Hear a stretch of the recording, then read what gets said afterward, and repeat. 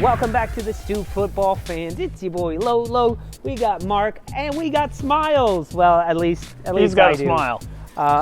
He's got a smile. He's got 3 more points. He could care less. I care. I care. We're getting our way. We're climbing that mountain. We're climbing that ladder. That ladder of chaos. We're going. All right. So we'll go. Before we get started, don't forget to like and subscribe and click the bell, and you'll be notified every time we got a new video out, just like today. All right, let's go. Let's do it. Arsenal, way to go, boys. Way to go, boys. The kids are all right, I think, right? I mean, Emile Smith-Rowe, Saka, who else? Martinelli. All these guys doing very well. Marie is doing very well. Kieran Tierney, aggression. My Arteta, you're working some stuff out, and I can see you. I can see you trying, and it may be because you have no other options. But I'm still concerned with Aubameyang. And now, Mark, I know you got some shit to say about Aubameyang.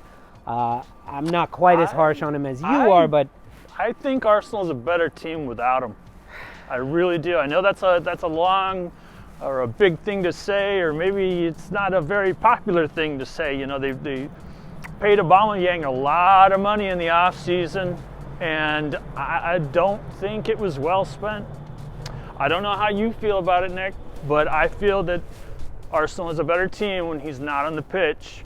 They don't feel pressure to feed that ball to him, and they just seem to have a little more aggression, a little more freedom on the pitch. You know, there's a little more flow, there's a little more ease. Yeah, now listen. The current Aubameyang that we have, the one that's playing for us, whoever this is an alien. Yes. I'd agree with you. We are better without him on the pitch right now. But the only way to get our Aubameyang back is with playing time and letting him work it out, work through it. And he is the talisman of our squad. He is who we strive to be, a very, smiling, fun-loving, doing creative stuff, making curling goals in from everywhere. Like, that's why he's our captain. That's why we paid him. But if you stop using him and you stop playing him and you keep putting him on the bench, he's not going to be able to work through it. I felt today he had more opportunities than he's had in weeks, and they were shots, they were opportunities that last year are in the back of the net. And he's, him and Laca are doing their little handshake. He's putting on the Black Panther mask. But and you could see there were opportunities to pass for him on both of those ones that he missed. There were opportunities to pass, but he's saying to himself, "I need to work through this." Then why not let him work it through in the cup play? He's not playing in the cup. He's not playing. He hasn't started. He hasn't played, I don't think, at all. Why not have him work out those issues in cup play? That's a good question. But here's the thing. Aubameyang, if Arsenal were to lose to Brighton and Aubameyang was on the bench, Arteta would be out. Because it would be, this is just like Ozil. This is just like Ozil. You have $1 billion sitting on the bench. You have $1 billion not being utilized, and you're losing to the frickin' Seagulls. Like, what a fighting name they chose. A cannon cannot beat a seagull with $1 billion sitting on the bench. So he had to start today. I knew if he was healthy, he was starting. I thought he would come off. I think you leave Martinelli on and you take Aubameyang off. But that showed me Arteta's going, Martinelli needs his fitness. We need him fit. Mm-hmm. Aubameyang needs to work this shit out. And if he doesn't, at least everyone has seen that I tried. I gave him the time. Yeah. We keep giving him the ball. That's my thought on that. I agree that the current Aubameyang that we have is not cutting it. He's got a lack of confidence. No, let's hope he gets it back. And then you bring Lacazette on, which I was in the process of telling him I actually love when Lacazette comes off the bench because he's excited, he's aggressive, and he's usually pissed off that he didn't start. So he makes stuff happen in the first goal! And he scores in 47 seconds. You know, now that goal was brilliant finish, especially if you watch the tight shot going around the defenders, and it's like a line of defenders and the keeper and the post, and he got it all around them. Amazing. But that goal was Saka's. Yeah. Bukayo Saka made that goal happen.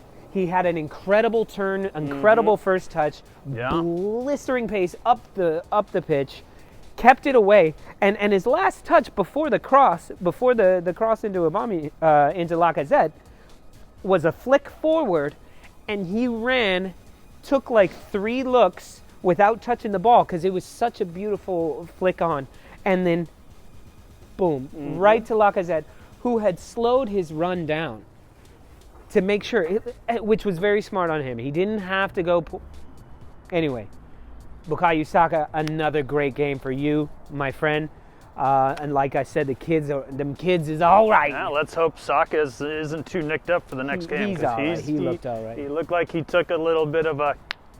They showed him sitting in the stands. Like he would have gone into the locker room if he was really hurt. But look, 6 points in. We said 6 more points than you had in all the month of November, right? November. So we were saying with the Chelsea match, the next 3 matches, Arteta needs his team to come away with 7 points at the minimum. That's winning 2 of the 4 and drawing the next. Right. And that was with everybody considering Chelsea was 0 points.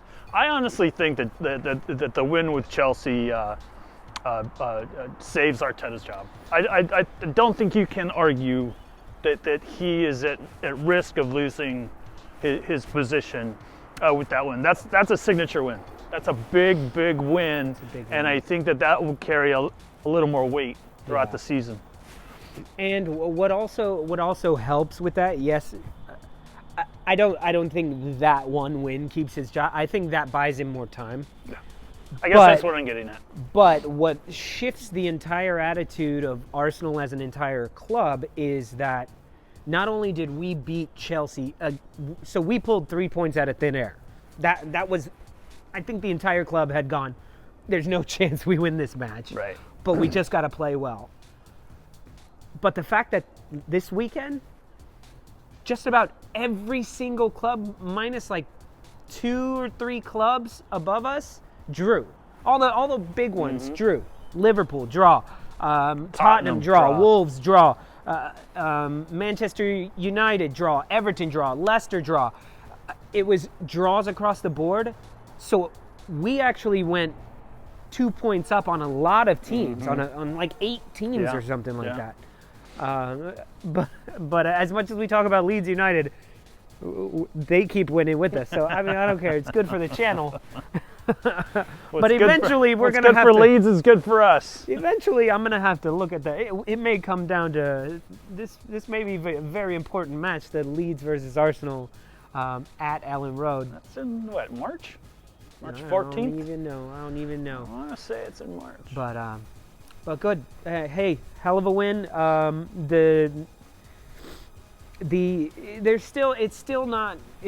wouldn't say we're back. A lot of people, we beat Chelsea and they're like, we're back, baby. I don't know if we're back. You guys look remarkably different, though. You guys look so different with the young kids. With Martinelli, but you guys are nice. It's fun to watch you guys now. You know, for moments. It's not as, you know, I don't find myself yelling at the screen going, "What are you doing?" But you can't. Except for today, there was a moment. Tierney is bringing up the ball on the right-hand side in the second half, and he's got no one to cross to. No, that was Bellerin. That was Bellerin. He's running, and like 5 defenders are with him, and then he just kind of slows down, and he's like, "Guys, where are you?" Where the fuck is everybody? Everybody's in the back having coffee. But what I'm saying, the reason we're not back is because Look, this is Arsenal against Brighton. You can't tell me that you didn't think Brighton were going to tie it up. Like, they were... It's Arsenal. Exactly. And they were still playing like Arsenal. So, I don't know. Let's keep moving. Let's keep going. Keep the passion. Keep the energy. And hell, keep Emile Smith-Rowe playing. Keep Saka playing. Keep Martinelli playing. Keep these kids who have energy and fire. Tierney is right there. Tierney is a beast. One of my favorite players for Arsenal right now, because he's got this passion and drive and it's infectious. And you see him yelling at the younger guys. You see him yelling. You know what you don't see is what I saw from Aubameyang. Aubameyang's in the middle in the box. A cross comes in and gets blocked, and he goes, oh. Meanwhile, the ball didn't go out of bounds. Yeah. And he could have made a play for it, but he's doing this. Tierney's never doing that. No. You think Emile Smith-Rowe? No, that dude is getting knocked over, flying up, going in for another challenge. That's the energy we need. We don't need hang your head energy, which is what we've had for the past month or so. Anyway, I'm cold. My daughter needs to have her nap. I'm going to get in trouble with my wife for this one, but good job, Arsenal. Keep it going. Leeds United put up 5 against West Brom. We should put up 6. You guys will put up 2. Okay, You guys will put up 2. Can we put up 2, maybe? Let's put up 2. All right. Thank you guys for watching. Don't forget to check in next week for more episodes on Arsenal, Leeds United. We have Tottenham fans showing up. We have Man United fans showing up. So, yeah, don't forget to like and subscribe and write in the comments. We'll write back to you. Peace.